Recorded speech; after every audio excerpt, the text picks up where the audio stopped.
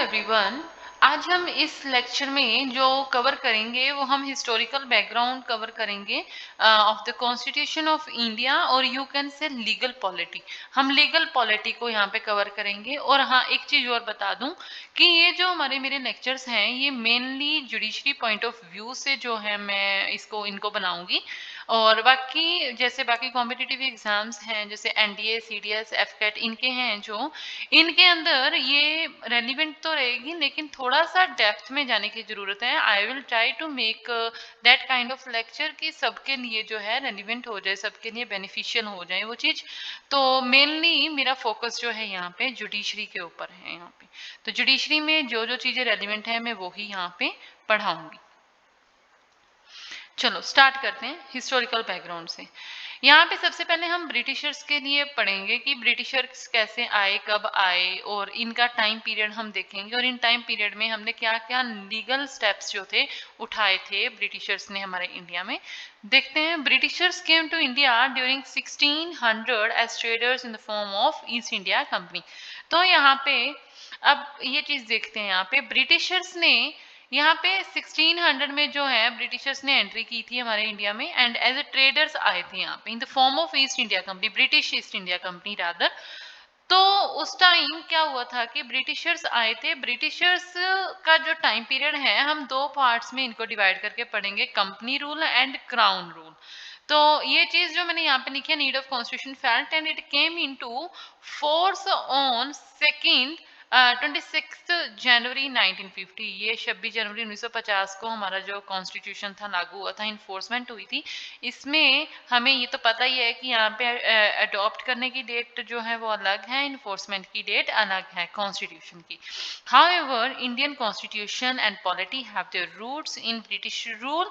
सो इसीलिए हमें British rule को एक बार देखना है मेन क्योंकि हमारा कॉन्स्टिट्यूशन मेन जो रूट्स जो पकड़ रही हैं, जो पकड़ी हुई हैं इन्होंने, ये है से इनकी भी जो है इनका भी जो हिस्सा हमारे कॉन्स्टिट्यूशन में, हमारी पॉलिटी में जो है रहा है।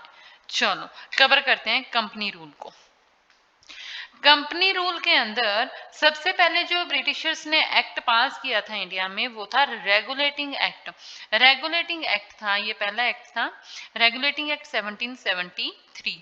First act was British by British government to control and regulate affairs of East India Company, rather British east India company. ये हम जब हिस्ट्री पढ़ते हैं, मॉडर्न हिस्ट्री पढ़ते हैं, तो वहां पे बताया जाता है सारा कुछ। आगे था कि यहाँ पे जब 1773 का एक्ट पास किया गया, एट द टाइम हम कंसेप्ट ऑफ सेंट्रलाइजेशन का जो था यहाँ पे फाउंडेशन हुआ था। यहाँ पे इसका कंसेप्ट ऑफ सेंट्रलाइजेशन का अगर पूछते हैं कि कहाँ से लिया गया ये कंसेप्ट, है रेगुलेटिंग एक्ट 1773 से। Governor of Bengal as a governor general of Bengal, governor of Bengal जो था वो कन्वर्ट कर दी गई थी ये डेजिग्नेशन किसमें, गवर्नर जनरल ऑफ बंगाल में। फर्स्ट सच गवर्नर जनरल जो था, जो हमारा फर्स्ट गवर्नर जनरल थे वो थे वॉरेन हॉस्टिंग। ये नाम जो है हमें रिमेंबर करके रखने की है रिक्वायरमेंट, क्योंकि ये पेपर में पूछ लेते हैं first governor general of Bengal कौन थे। और ये पोस्ट जो थी सबसे पहले कहाँ पे जो है डिस्कस हुई थी, तो ये चीज हमें याद रखनी है। Establishment of supreme court at Calcutta 1774 during 1773। At the time इसी एक्ट के थ्रू, इसी एक्ट के अंदर प्रोविजंस को ध्यान में रखते हुए नेक्स्ट ईयर में 1774 में सुप्रीम कोर्ट की जो इस्टेब्लिशमेंट हुई थी कलकत्ता में, फर्स्ट सुप्रीम कोर्ट जो थी कलकत्ता में इस्टेब्लिश हुई थी, ये फर्स्ट हुई थी। और इसके अंदर जो पैनल रहता था जजेस का, वो रहता था 4 जजेस टोटल रहेंगे, 3 जजेस अदर रहेंगे और एक जो थे चीफ जस्टिस ऑफ इंडिया रहेंगे। और यहाँ पे अब ये चीज देख लेना, अब first chief justice of India कौन थे, एच.ए. कानिया। इन चीजों को हम नोट्स के अंदर से ही नोट्स निकाल लेंगे, ठीक है। First chief justice of India H J. Kania थे। अब आगे आ जाओ, सेकंड एक्ट जो थे वो थे, सेकंड एक्ट जो आगे सेकंड थर्ड फोर्थ जितने भी एक्ट आगे फर्दर थे, तो उसमें से सेकंड कैटेगरी जो थी वो हमारी थी अमेंडिंग एक्ट ऑफ 1781। फर्स्ट था रेगुलेटिंग एक्ट 1773, सेकंड अब आ गया अमेंडिंग एक्ट ऑफ 1781।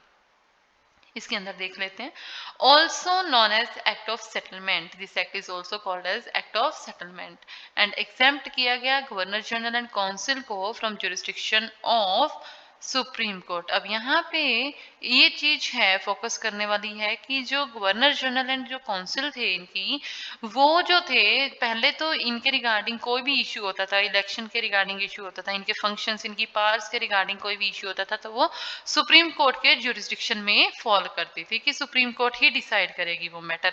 लेकिन 1781 एक्ट को पास करने के बाद क्या हुआ कि गवर्नर जनरल एंड काउंसिल को जो है एग्जेम्प्ट कर दिया गया। अब जो भी इनके इशू होंगे, इनके इलेक्शन के रिगार्डिंग जो भी इशू होएगा, वो जो है सुप्रीम कोर्ट के पास नहीं जाएगा। अब इनको एग्जेम्प्ट कर दिया गया सुप्रीम कोर्ट से। सुप्रीम कोर्ट ना ही इनको पनिश कर सकती है। अब appeals from provincial courts to governor general in council, not to supreme court. यहाँ पे देखिए गवर्नर जनरल की पावर थोड़ी सी एक्सटेंड होगी। अब यहाँ पे जो अपील्स आती थी प्रोविंशियल कोर्ट्स की, जो भी अपील आती थी, कोई केसेस होते थे उनकी अपीलें जो भी आती थी, सुप्रीम कोर्ट को नहीं जाती थी, वो गवर्नर जनरल को जाती थी। इन काउंसिल, उस काउंसिल में जाती थी, गवर्नर जनरल के पास जाती थी, सुप्रीम कोर्ट के पास नहीं जाती थी।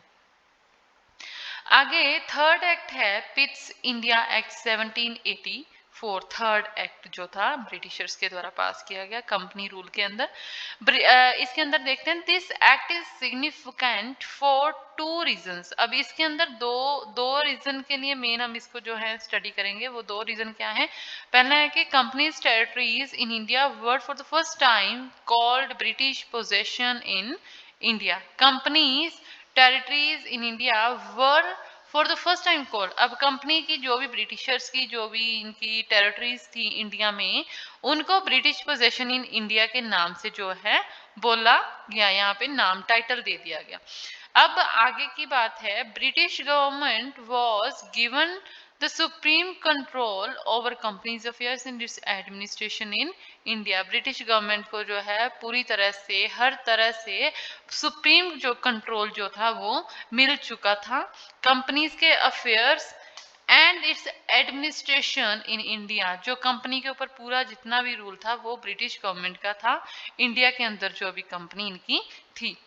तो ये पहला एक्ट क्या था? Regulating act 1773। सेकंड एक्ट जो पास किया गया, अमेंडिंग एक्ट ऑफ 1781।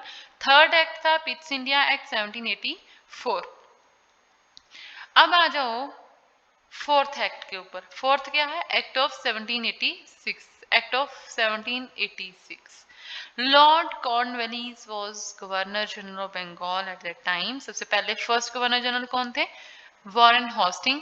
अब यहाँ पे बात कर रहे हैं 1786 में जो एक्ट पास हुआ था, उस टाइम पे गवर्नर जनरल कौन थे? उस टाइम थे लॉर्ड कॉर्नवालिस। इसको याद रखना है। ही प्लेस टू डिमांड्स। इसने दो डिमांड्स जो की थी गवर्नमेंट को, ब्रिटिश गवर्नमेंट को, दो डिमांडें की थी। क्या क्या की थी? पहली तो कि he should have power to override the decision of a council in special cases. कि मतलब जैसे कि अब president, prime minister and council का वाला सिस्टम था, वो ही यहाँ पे अब कंसेप्ट देखिए एक बार, कि उसने बोलना कि जो गवर्नर जनरल ऑफ बंगाल रहेगा, जो पर्सन, उसने अपने बारे में बात की है कि मैं जो हूँ ना, मेरी पावर, मुझे इतनी पावर होनी चाहिए कि जो काउंसिल का डिसीजन है उसको मैं ओवरराइड कर सकूं। अगर मुझे पसंद नहीं आता उनका डिसीजन, अगर कहीं ना कहीं उनको लगता है, लैक लगता है, तो वो उस केस में, स्पेशल केस में जो है ओवरराइड कर सकता है, उनको रिफ्यूज कर सकता है। जरूरी नहीं है कि उसको परमिशन देनी ही देनी पड़ेगी। अब सेकंड डिमांड जो उसने रखी थी, वो रखी थी कि उसको कमांडर इन चीफ की पावर दी जाए, कमांडर इन चीफ बनाया जाए उसको। ठीक है जी। फर्स्ट डिमांड ये थी, सेकेंड डिमांड ये थी। Act was passed only for these two demands. यही दो डिमांड्स थी मेन, जिनके लिए ये एक्ट जो है पास कर दिया गया था, और ये डिमांड जो थी फुलफिल भी कर दी गई थी। अब देखिए charter act of 1793, fifth act था चार्टर एक्ट। रेगुलेटिंग एक्ट के बाद चार्टर एक्ट से स्टार्ट हो रहे हैं। अब act, charter act of 1793 first act था ये charter act. Powers of lord Cornwallis given to all. अब यहाँ पे देखिए कि जो चीजें यहाँ पे उसने मांगी थी, जो यहाँ पे उसकी डिमांड्स थी, जरूरतें जो थी यहाँ पे, अब वो जो डिमांड्स थी यहाँ पे, अब इस एक्ट के तहत, इस एक्ट की वजह से सारे गवर्नर जनरल्स को देनी शुरू कर दी। पावर्स ऑफ लॉर्ड कॉर्नवालिस, सबसे पहले लॉर्ड कॉर्नवालिस को मिली ये पावर, उसके बाद जो बाकी गवर्नर जनरल फर्दर जो बनते गए, उनको भी सेम पावर जो है मिलती गई। आगे, extended trade monopoly of company in India for 20 years. यहाँ पे मोनोपोली, जो ट्रेड मोनोपोली थी कंपनी की, ब्रिटिश ईस्ट इंडिया कंपनी की, वो 20 साल के लिए फर्दर जो है एक्सटेंड कर दी गई। 20 साल का और टाइम पीरियड उनको मिल गया ट्रेड करने के लिए। अब आ जाओ second charter act of 1813। Second act है जो, अब चार्टर एक्ट जो है चल रहा है अभी, कंपनी रूल ही, लेकिन अभी चार्टर एक्ट शुरू हो चुके हैं। पहला चार्टर एक्ट हमने पीछे देख लिया। अब सेकंड चार्टर एक्ट जो था वो 1813 में पास हुआ। इसके अंदर मेन क्या था, एबोलिश किया गया। क्या एबोलिश किया गया, ट्रेड मोनोपोली ऑफ कंपनी। पहले तो पीछे अब देखा जाए, पीछे क्या था, 1793 में पास हुआ था और उसमें 20 साल के लिए जो मोनोपोली जो थी एक्सटेंड कर दी गई थी, ट्रेड मोनोपोली। अब यहाँ पे 1813 में 20 साल जो है कंप्लीट हो जाते हैं और यहाँ पे एबोलिश हो जाती है trade monopoly. Charter act 1833, governor general of Bengal designation converted into governor general of India. क्या कह रहा है, governor general of Bengal designation जो थी वो गवर्नर जनरल ऑफ इंडिया में कन्वर्ट कर दी गई यहाँ पे। And first governor general of India उस टाइम कौन बने थे, first governor general of Bengal कौन थे, वॉरेन होस्टिंग। पीछे पढ़ा है हमने 1773 रेगुलेटिंग एक्ट। और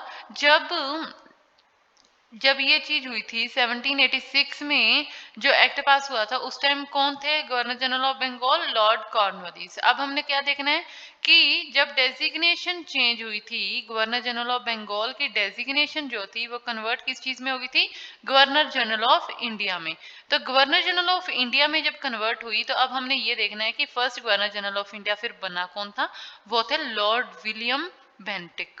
लॉर्ड विलियम बेंटिक। और ये कब कन्वर्ट हुई है ये डेजिग्नेशन, इसमें ये हुई है चार्टर एक्ट 1883 के टाइम पे। आगे आ जाओ चार्टर एक्ट 1853। चार्टर एक्ट 1853 के अंदर क्या था कि list of charter acts passed by British parliament. जो इसके अंदर जो कुछ खास तो था नहीं, वैसे इसके अंदर देख लेते हैं वैसे एक बार। List of charter act pass जो थी वो हमारी 1793 से स्टार्ट हो गई, 1853 पे खत्म हुई। पहले तो इस चीज को याद रखना कि चार्टर एक्ट जो आए थे इस टाइम पीरियड में पास किए गए, ठीक है, ब्रिटिश पार्लियामेंट के द्वारा। Governor general legislation council which came to be known as Indian Legislative Council function as mini parliament। अब देखिए ध्यान से, गवर्नर जनरल जो लेजिस्लेटिव काउंसिल के उस टाइम गवर्नर जनरल थे, वो मतलब come to be known as Indian legislative council, उसको लेजिस्लेटिव काउंसिल का नाम दिया गया। गवर्नर जनरल की लेजिस्लेटिव काउंसिल को इंडियन लेजिस्लेटिव काउंसिल का नाम दिया गया। एंड उन्होंने एज ए मिनी पार्लियामेंट काम करना स्टार्ट किया, मिनी पार्लियामेंट। ये तो था हमारा कंपनी रूल, यहाँ पे खत्म हो गया। 1773 से स्टार्ट होके 1853 तक खत्म, 1853 में खत्म होता है। और यहाँ पे 1773 और 1773 and 1781 and then Pitt's India act 1784, ये जो तीन 1786 ये 4 एक्ट थे, ये तो हमारे रेगुलेटिंग एक्ट थे। लेकिन जो चार्टर एक्ट हमारे शुरू हुए वो कब हुए, 1793 से 1853 पे खत्म हो गए। चार्टर एक्ट पास करने का जो टाइम था वो ये था। अब आ जाओ क्राउन रूल पे। क्राउन रूल के अंदर देख लेते हैं कि गवर्नमेंट ऑफ इंडिया एक्ट 1858 पास किया गया, इंडियन काउंसिल एक्ट 1861 पास किया गया। और ये हम एक बार नेक्स्ट लेक्चर में देखेंगे। और इसमें एक और मैं ये बता देती हूँ, गवर्नमेंट ऑफ इंडिया एक्ट जो था 1935 था। इस एक्ट के अंदर क्या हुआ था कि मतलब गवर्नमेंट ऑफ इंडिया एक्ट 1935 के अंदर काफ़ी चीज़ें ऐसी पास की गई थी कि जिनको हमने एज इट इज़ उठाया हुआ है और अपने कॉन्स्टिट्यूशन में हमने उनको लगाया हुआ है। हमारा मेजर पार्ट जो है हमने यहीं से उठाया है। यही मेजर जो और मोस्ट इम्पोर्टेंट जो एक्ट है हमारा यही है, इसको हमने डीपली स्टडी करना है। इसके अंदर काफ़ी चीज़ें जो हैं। अब 1919 के टाइम पे मैं बता देती हूँ इसका भी, कि जो गवर्नमेंट ऑफ इंडिया एक्ट 1919 था, इस एक्ट के अंदर क्या हुआ था, एक तो हमारा जो पब्लिक सर्विस कमीशन आए थे, एंड यहाँ पे यूनियन पब्लिक सर्विस कमीशन आए थे, simple union public service UPSC, ठीक है। लेकिन यहाँ पे अब स्टेट कमीशंस नहीं आए थे। स्टेट कमीशंस का मेन जो काम था वो 1935 में आया था अंदर। यहाँ पे जो मेन फंक्शन स्टेट कमीशंस की जो स्टार्ट हुए, स्टेट पब्लिक सर्विस कमीशन और ये यूपीएससी तो यहाँ पे स्टार्ट हो गया था, यहाँ पे स्टेट वाले स्टार्ट हुए थे 1935 के अंदर। इंडियन काउंसिल एक्ट 1909, इन चीजों को अभी हम फर्दर डिस्कस करेंगे नेक्स्ट वीडियो के अंदर। तो government of India act 1919 and government of India act 1935 main target जो मेरा रहेगा इन दोनों एक्ट्स के ऊपर रहेगा। बाकी के जो 4 रिमेनिंग जो हमारे एक्ट हैं इनको भी हम ब्रीफली हम देखेंगे एक बार इनको, ठीक है जी। एक बार इनको रिवाइज कर लेना कि हमने क्या क्या पढ़ा है, हिस्टोरिकल बैकग्राउंड में क्या पढ़ा है कि हमने हमारा ब्रिटिशर्स का जो कहीं ना कहीं इसमें हाथ है हमारे इंडियन कॉन्स्टिट्यूशन एंड पॉलिटी में। हमने ब्रिटिश रूल को हमने स्टडी किया, company rule and crown rule में स्टडी करना है अभी। तो कंपनी रूल जो 1773 पे स्टार्ट होके 1858 पे जो है खत्म हो जाता है, फिर 1858 से आगे क्राउन रूल जो है स्टार्ट होता है।